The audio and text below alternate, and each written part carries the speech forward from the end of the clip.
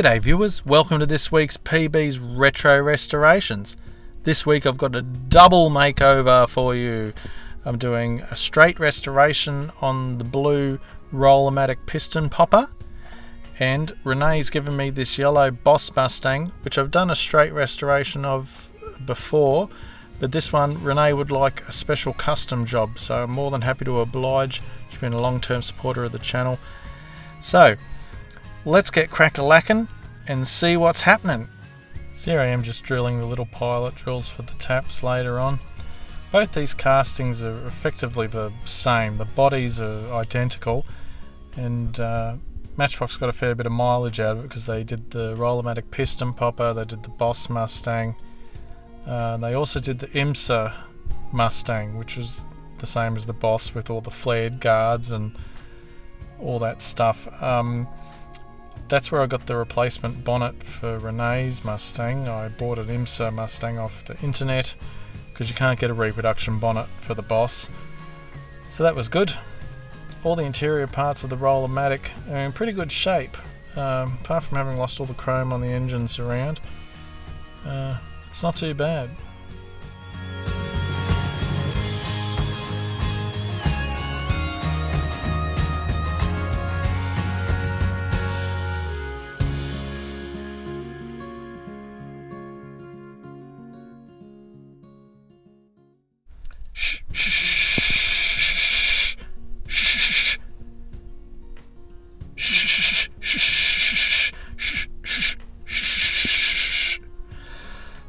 There you go. I feel under pressure to have sound effects every week now. I don't want to disappoint the fans.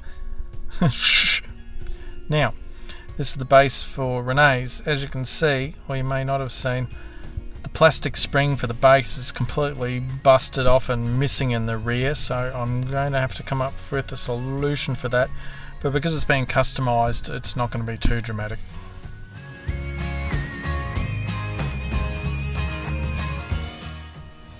Yeah, just giving them a Dremel. There's no Dremel sound effect this week, viewers. A viewer reported that it frightened his cat, and far be it from me to want to frighten cats, so we're going to have a little breather from the Dremel sound effect this week out of respect for our feline friends. And I still haven't come up with one for the 3M brush, so that saved me doing that too.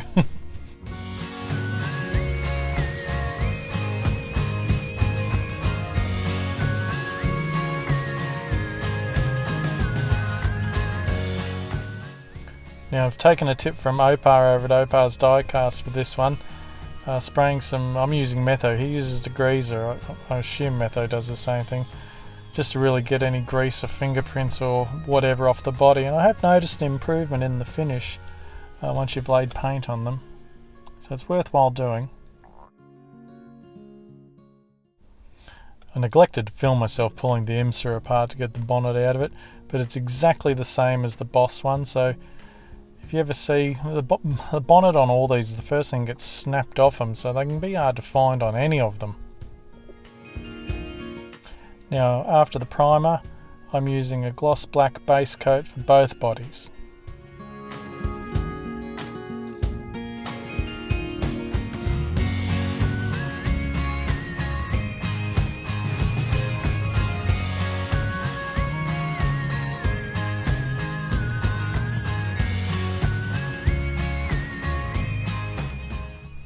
Now, if I want that chrome to really shine, I'm going to use a black gloss coat on the plastic parts that are supposed to be silver. This one still had a lot of silver on it, but we want it nice and refreshed. And that bonnet surround was red. The chrome had completely worn off it, so we'll give that a touch too. Okay, so now rejuvenating the glass. Wasn't too bad in the piston popper. The Boss Mustangs was in pretty rough shape. So I'm using this grey film sandpaper. It's the coarser of the two, but in saying that, it's still very fine. Use that to try and take the main scratches out of it. And then I'll swap to this green one, which is ultra super mega fine. I'm not sure what grit it is. I'll have to check and let you know. But it really is like polishing it rather than sanding it, of course. I hasten to add that's wet and dry as well. I always have a little tub of water and use water with it. which also of course necessitates drying the water off.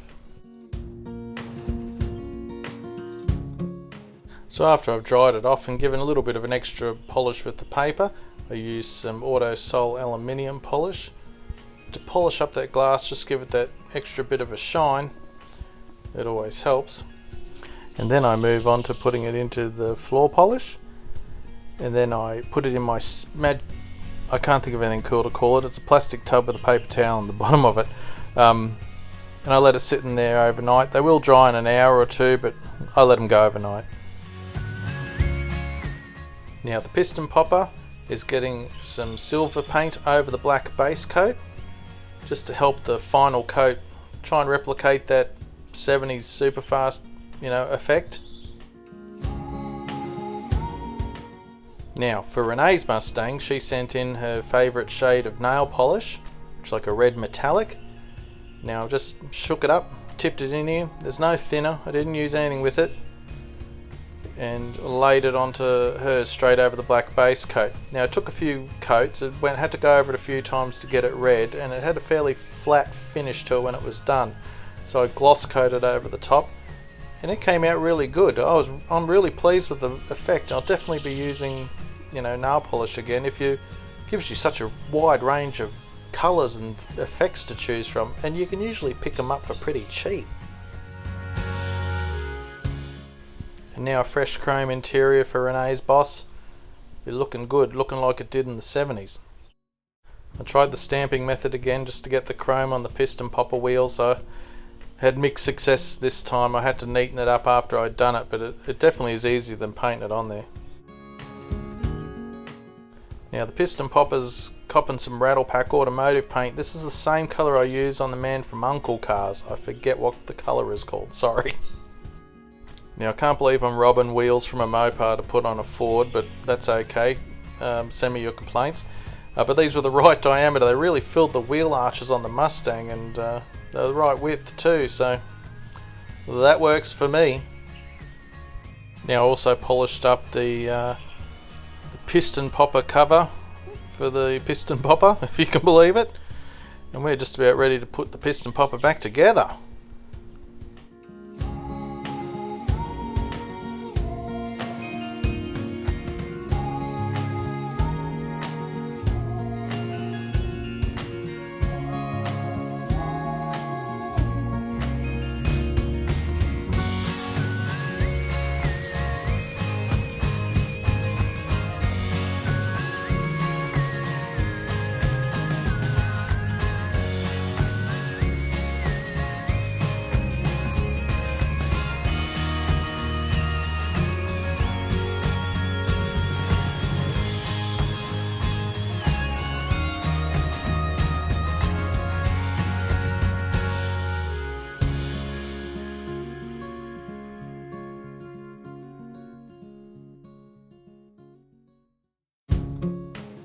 So I'm putting the piston popper back together. You know when I start talking like this, there's a story coming.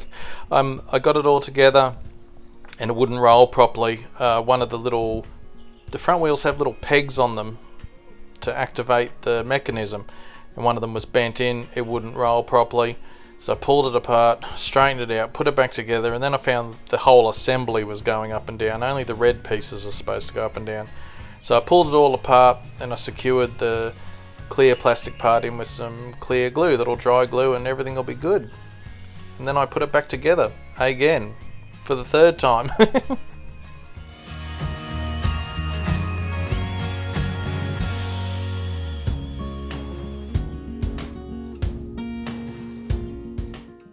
So back to Renee's Boss. I was going to leave the base, the natural finish, and I thought, no, in for a penny, in for a pound, let's try and do some detailing on this one. So I sprayed the base black. I'm masking off the areas I want to keep black. I kind of give it that, Mark 1 Boss, blackout look. And I'm going to Molotow chrome the bumpers so they look sick and awesome.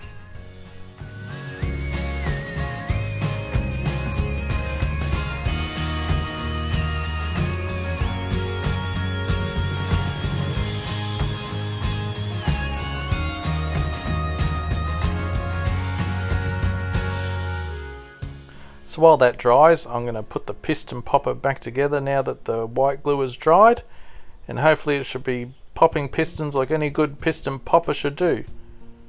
Peter Popper piston sounds like one of those tongue twisters. I can't even get it out. Anyway.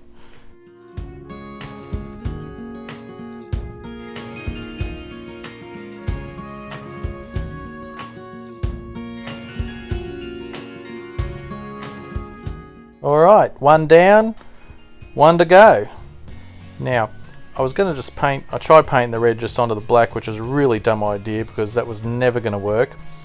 So I got my 1mm Molotow pen and I laid a chrome base down on all the bezels and everywhere I wanted to add some colour later. Now, as you all know, or may not know, the Molotow can take a while to dry, so I got this done. I set it down to dry. I left it pretty much all day.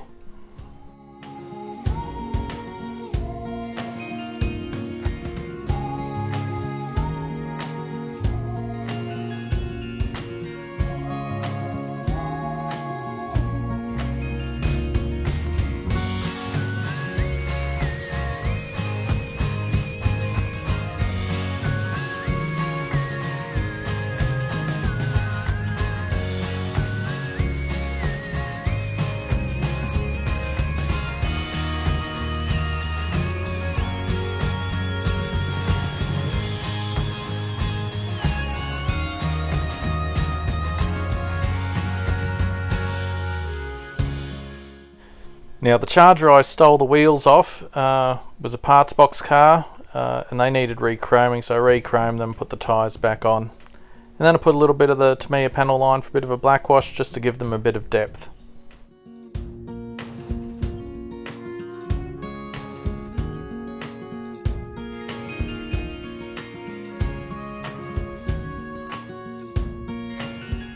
So after I cleaned that up, I glued the axle straight onto the base, put the axle in some glue, put some baking soda on top, and then I tried putting some glue on top of the baking soda and it repelled it like a ball. I don't know how it makes it, I'm not a scientist, I don't know how it works, but that's what happens. And then I put a little bit of black wash on that front grille where I'd chromed it just to make it look more like a real grille. It worked pretty good.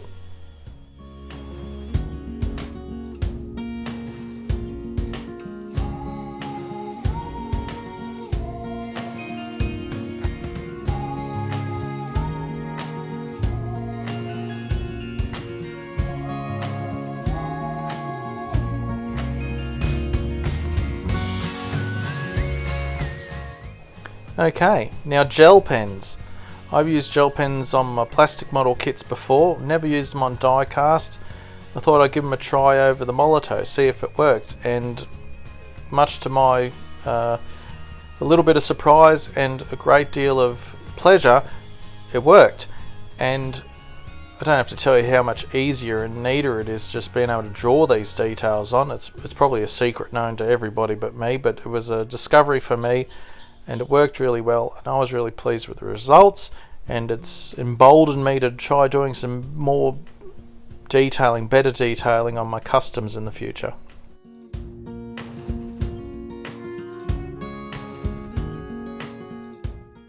Alright, assembly time for Renee's boss. Now the pins for the hood were snapped off the body, so I wasn't able to make it fully function properly, and I was reluctant to pop it open anyway because I didn't want to wreck the paint, because we all know how tight a fit they can be. But I don't think Renee's playing with it, so it'll be okay. I hope.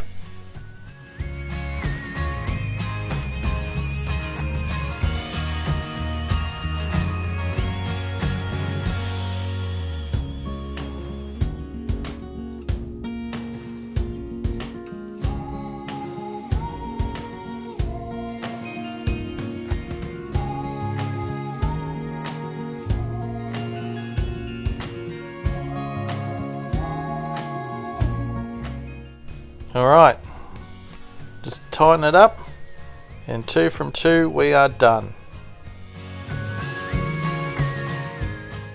Okay, so here we are back at the start with my die-cast fair 50-cent find piston popper. Or it might have been $2, I can't remember, but it was cheap and it was complete. And then we've got Renee's Boss that's had a hard life. It's lost its bonnet, it's lost the rear half of its suspension as well, and it was full of dirt. It was a mess. But these are the things I do for people, because I'm just Mr. Wonderful, some people might call me, I think. Anyway, here is what we're left with now. Ooh, looking $1 million, all cleaned up and smicked up on the Rolla-matic. And then we've got our custom Boss Mustang with its special nail polish red paint, custom wheels, detailed taillights in front. I'm really pleased with both of them. If you held them up next to an actual picture of a 73 Mustang, you would realise the proportions aren't quite accurate. But those taillights and that front end treatment and the bonnet, there's no mistaking them both for Mustangs. And I'm really pleased with how they both came out.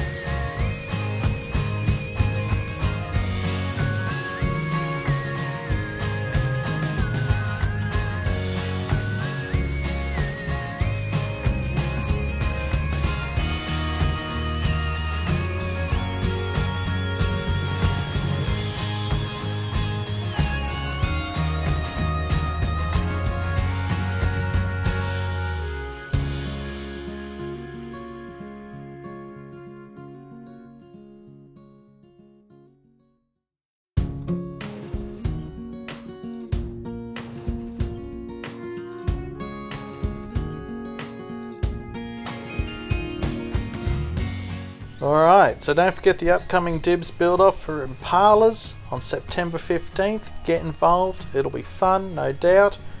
And then on October the 5th, we've got our frightening build. Ooh, get involved in that too, that'll be loads of fun. So thanks everybody for taking the time to come by my video. I really appreciate it. Sincere thanks to all my regular subscribers. Welcome to our new subscribers. If you're a new viewer here and you haven't subscribed, or you watch and you haven't subscribed, I'd love for you to consider subscribing. Thank you very much. I appreciate everyone's support. Check out some of my other videos if you're still not convinced. I know I'm not.